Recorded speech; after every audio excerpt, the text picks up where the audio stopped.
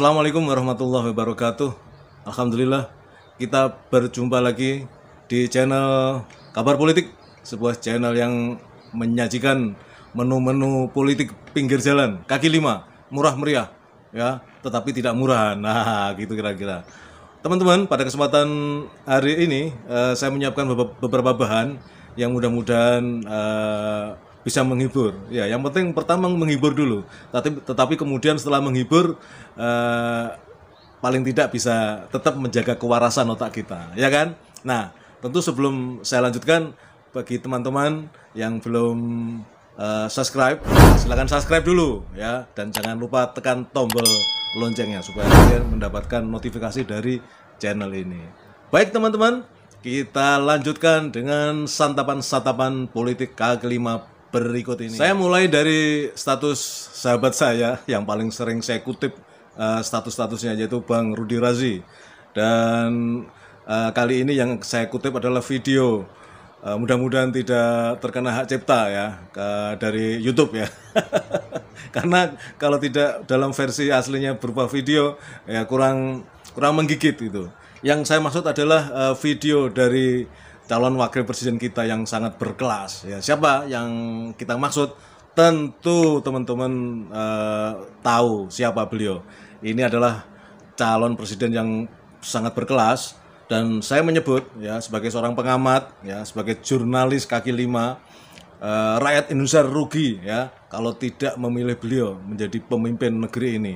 Mari kita simak pernyataan beliau ketika dalam suatu forum di Universitas Muhammadiyah kalau tidak salah ya. Kita lihat ya, kita dengarkan ya. Terkait guru P3K. Kami ini bukan terima cerita kalau udah jadi guru P3K itu nanti ditarik ke pemerintah. Begini, nomor satu, kesetaraan tadi. Ke depan sekolah-sekolah swasta, universitas-universitas swasta, menurut kami harus dibebaskan dari PBB atas tanah mereka. Nol. Harus nol. Kenapa? Tanpa ada kampus swasta, tanpa ada sekolah swasta, kita nggak cukup untuk menyekolahkan anak-anak Indonesia. Cara negara membayar balik adalah PBB untuk sekolah, kampus, semua yang sifatnya sosial, termasuk rumah sakit yang sifatnya sosial, itu nol PBB-nya. Yang kedua, semua yang diangkat menjadi pegawai pemerintah dengan perjanjian kerja P3K ini, mereka dibiarkan untuk tetap mengajar di swasta karena mereka adalah guru-guru yang mengajar anak Indonesia. Itulah yang saya maksud dengan diskriminasi. Kenapa? Kalau mereka menjadi guru di swasta, seakan-akan ini biar bukan Indonesia, harus dikembalikan ke pemerintah untuk menjadi Indonesia. Tidak, dia bisa di swasta dan negara tetap bisa menghargai mereka. Karena udah investasinya swasta, yang sudah mendidik, yang sudah menjadikan mereka dokter, tahu-tahu dipindah oleh negara. Justrunya harus dibalik, negara harus investasi kepada dosen dan guru swasta supaya mereka bisa mendapatkan pendidikan yang lebih tinggi. Jadi diubah tuh cara pandangnya. Lalu banyak sekali perguruan swasta, mengapa mahal? Karena mereka harus mengakuisisi tanah, harus beli tanah, dan tanah itu selalu komponen termahal. Betul tidak Pak Rektor? Semua sekolah swasta biaya paling besar apa? Tanah.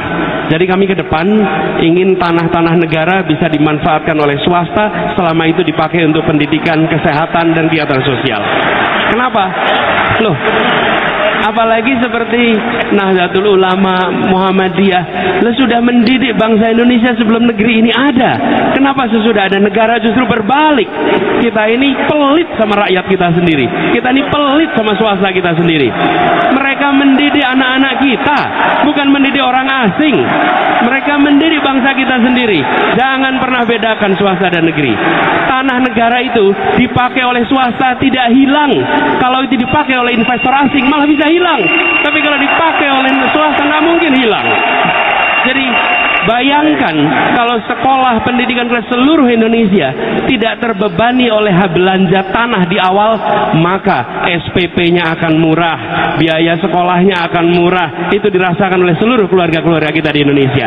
Jadi kita ingin mengubah itu Pak. Sehingga negara itu hadir bukan hanya dengan bantuan secara fiskal, tapi negara hadir mengurangi biaya-biaya yang harus dikeluarkan oleh perguruan swasta, TK, SD, SMP, SMA sampai kuliah, sehingga mereka bisa mengurangi beban untuk keluarga-keluarga kita di Indonesia. Baik, terima kasih. Terima kasih Mas Anies. Teman-teman, keren sekali ya, luar biasa. Sekali lagi saya mengatakan rugi kalau rakyat Indonesia tidak memilih Anies sebagai presiden. Gagasannya brilian. Belum ada calon presiden lain yang punya gagasan seperti itu. Dan saya yakin komitmen beliau akan dipenuhi ketika nanti menjadi seorang presiden. Oke, kita lanjutkan yang masih dari status Mas Rudy Razi ya. Saya favorit dengan beliau ya, karena beliau memang selalu update fokus untuk Amin ya. Ini kaitannya dengan Menteri Hukum ya, Yasona ya. Yasona melakukan pergantian kalapas seluruh Indonesia. Kalapas yang baru tanda tangan integritas untuk memenangkan paslon tertentu. Cara-cara curang TSM ya, terstruktur, sistematis dan masif pada tahun 2019 ya, kembali dipakai. Hitung saja berapa juta suara bisa diperoleh dari warga binaan lapas ya, seluruh Indonesia. Udah gitu TPS-nya di dalam lapas pula ya, sehingga aman terkendali untuk melakukan kecurangan. Jadi ini sesuatu yang membuat kita merasa geram ya. Jadi rezim yang berkuasa itu dengan instrumen-instrumennya ya, kementerian-kementerian yang memiliki kewenangan untuk mengatur segala sesuatu yang kemudian berkaitan dengan Pilpres nanti dimanfaatkan. Seharusnya tidak demikian. Seharusnya netralitas harus dijaga. Oke teman-teman, kita lanjutkan lagi dari Mas Rudy Razi. Sekalian aja satu lagi dari Mas Rudy Razi ya, statusnya ketika menulis Borak. Siapa sih Borak ini ya? Borak main curang melalui tangan kekuasaan Pak Lurah yang pegang semua instrumen. Ini ternyata kalau saya pikir-pikir Borak ini Bowo sama si apa namanya anak kemarin sore itu ya, yang dia punya julukan baru apa itu? Apa namanya, blimbing blimbing sayur itu ya. Jadi mereka menggunakan instrumen kekuasaan Pak Lurah ya, yang masih berkuasa, yang pegang semua instrumen. Kemudian pasangan Gunfood ya, jelas ini mudah ini kita tebak, Ganjar Mahfud main curang melalui kader yang menjadi menteri dan kepala daerah ya. Kemudian Amin bersama rakyat ikhtiar ya, maksimal secara benar dan sungguh-sungguh, dan hanya minta kepada Allah saja, Rob yang Maha Kuasa, Maha Kaya dan Maha Kuat. Ini status yang penting untuk mengingatkan kepada rakyat Indonesia ya, tidak sekedar memilih calon pemimpin, tetapi harus jeli bagaimana para calon-calon itu melakukan apa namanya, upaya yang mereka untuk meraih kekuasaan dengan cara yang kasar, yang curang ya, yang menghalalkan segala cara, atau yang fair ya, sesuai dengan yang berlaku alamiah ya. Kalau rakyat mendukung ya mendukung, kalau nggak mendukung ya nggak mendukung ya. Tapi repot ya, karena politik itu sejak awal sudah dikotori oleh ajaran Niccolo Machiavelli ya, pada abad ke-16 itu yang sudah menulis buku Il Principe itu, yang mengatakan bahwa di dalam merebut kekuasaan maka dihalalkan segala cara untuk meraih tujuan. Itu repotnya teman-teman. Tapi betapapun etika politik tetap harus kita junjung ya, sebagai orang-orang yang berada di jalan yang lurus dan benar. Oke teman-teman, kita lanjutkan. Baik, teman-teman, kita lanjutkan. Kali ini dari status Bang Bahar WDR ya, sebuah video pendek dari seorang perempuan siswi SMA, masih SMA saya lihat ya, masih SMA, dan dia membuat sebuah video pernyataan yang ditujukan kepada Pak Lurah ya, kepada Presiden ya. Ini sebuah keberanian yang luar biasa ya. Anak-anak seperti inilah yang seharusnya pada saatnya nanti akan menjadi pemimpin, yang sejak muda sudah punya idealisme yang tinggi, yang berani mengatakan yang benar itu benar, yang salah itu salah ya. Coba kita dengarkan anak perempuan ini, siswa SMA ini. Kepada yang terhormat Bapak Presiden Republik Indonesia Joko Widodo, sebagai seorang Presiden Republik Indonesia yang berlabel negara hukum, Bapak seharusnya menjaga dan menjalankan undang-undang berdasarkan hukum yang berlaku di negara ini. bukan dengan merusak tatanan hukum dan memaksakan anak kandungnya menjadi calon wakil presiden Republik Indonesia 2024. Terlebih lagi menggerakkan aparatur sipil negara dan kepala desa seluruh Indonesia untuk memaksa memilih anaknya menjadi wakil presiden Republik Indonesia. Memohon kepada Bapak Presiden Republik Indonesia Joko Widodo agar menghentikan kekotoran dan kebusukannya menjalankan tugasnya sebagai Presiden Republik Indonesia.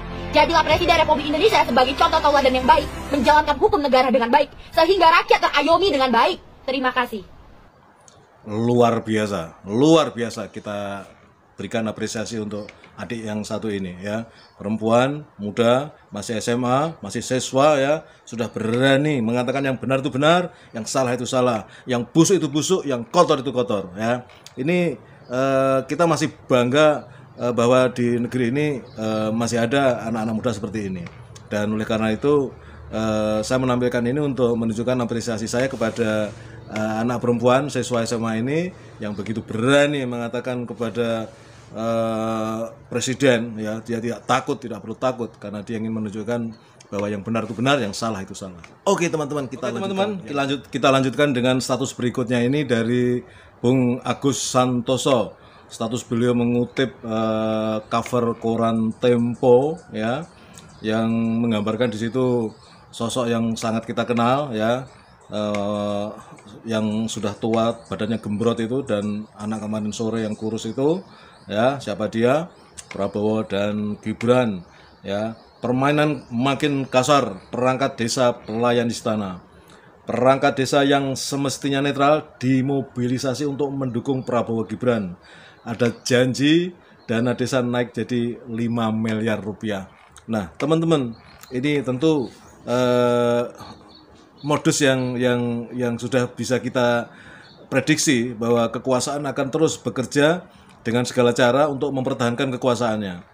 Dan dalam konteks ini ya, Pak Lurah yang dengan secara kasar memaksakan anaknya untuk menjadi calon wakil presiden ya, berpasangan dengan Prabowo ya, sudah punya kecurangan melalui perangkat negara ya, anggaran ya, bahwa menjanjikan kepada perangkat desa ya, di setiap desa anggaran 5 miliar ya. Ini tentunya sesuatu yang tidak patut, karena mereka belum berkuasa tetapi kemudian membuat satu iming-iming ya, yang bermaksud supaya perangkat desa ya memilih mereka. Dan ini etika politik yang tidak beretika ya, karena tentunya ini bagian dari money politik ya. Karena apa teman-teman? Belum tentu ketika mereka menjadi penguasa nanti mereka punya satu performance, suatu kinerja yang sesuai dengan yang digendaki oleh negara ini. Bisa saja mereka babaliut ya. Itu hanya janji-janji di awal ketika kampanye, tapi ketika memegang kekuasaan apakah mereka bisa menjalankan roda kekuasaan dengan baik ya? Kalau kemudian yang kita khawatirkan seperti bapaknya itu hanya tak lebih dari boneka oligarki, boneka dari kekuatan asing ya, yang menyetir mereka dari daratan sana ya. Masalahnya seperti itu ya. Soal iming-iming itu memang bangsa ini repotnya, rakyat kita ini mudah mendapatkan iming-iming, senang dengan iming-iming ya, tidak paham ya, atau mungkin tidak sadar bahwa pada saatnya selama 5 tahun berkuasa nanti negara ini dipimpin oleh orang-orang yang tidak benar di dalam melaksanakan tampuk kekuasaannya itu. Dan sebagai pamungkas saya akan mengutip status dari Profesor Denny Indrayana yang sekarang bermukim di Australia ya. Jokowi kuwi Jokawe, katanya gawe-gawe, ternyata cawe-cawe. Katanya cawe-cawe untuk kepentingan negara, ternyata cawe-cawe untuk pencalonan Gibran dan pencalonan dan kepentingan keluarga. Katanya hormat taat pada konstitusi, ternyata Megawati dan konstitusi dikhianati demi dinasti. Katanya menguatkan Komisi Pemberantasan Korupsi, ternyata melahirkan Komisi Pemerasan Korupsi. Katanya anak-anak hanya jualan martabak, tidak tertarik politik, ternyata lewat putusan Paman Usman, konstitusi ditabrak, diorak-arik, diotak-atik. bersambung. Ya, jadi artinya ini puisi dari Profesor Denny ini akan bersambung. Ya, kita tunggu aja nanti sambungannya seperti apa. Dan ini sesuatu yang memang menjadi realita dari negara ini ketika dipimpin oleh seorang Jokowi. Ya, bagaimana di akhir kekuasaannya dia ingin melanjutkan kekuasaannya ketika modus untuk 3 periode gagal, kemudian dia ingin melanjutkan dengan modus mencalonkan anaknya sebagai calon wakil presiden berpasangan dengan calon yang sudah tua renta, ya, yang kalau mereka menang mereka menjadi penguasa di negeri ini. Di tengah jalan si yang tua renta itu berhalangan, baik sementara ataupun tetap, maka yang naik menjadi penguasa adalah anaknya ini. Nah, tentu ini mudah kita tebak, ya, karena Pak Lurah yang tinggal 1 tahun berkuasa ini diliputi oleh ketakutan, ya, karena banyak melakukan pelanggaran konstitusi, pelanggaran hukum, ya, korupsi dan segala macam. Yang dia ingin dia selamat di masa setelah lengser nanti tetap aman dari jeratan hukum. Baik teman-teman, itu yang bisa saya sampaikan. Mudah-mudahan menu-menu pinggir jalan ini dengan penyajian yang acak adut karena politik itu kita dekati dengan pendekatan santai. Demikian teman-teman yang bisa saya sampaikan. Sekali lagi jangan lupa bagi yang belum subscribe untuk subscribe, ya. Baik, terima kasih. Sampai ketemu di konten yang berikutnya. Assalamualaikum warahmatullahi wabarakatuh.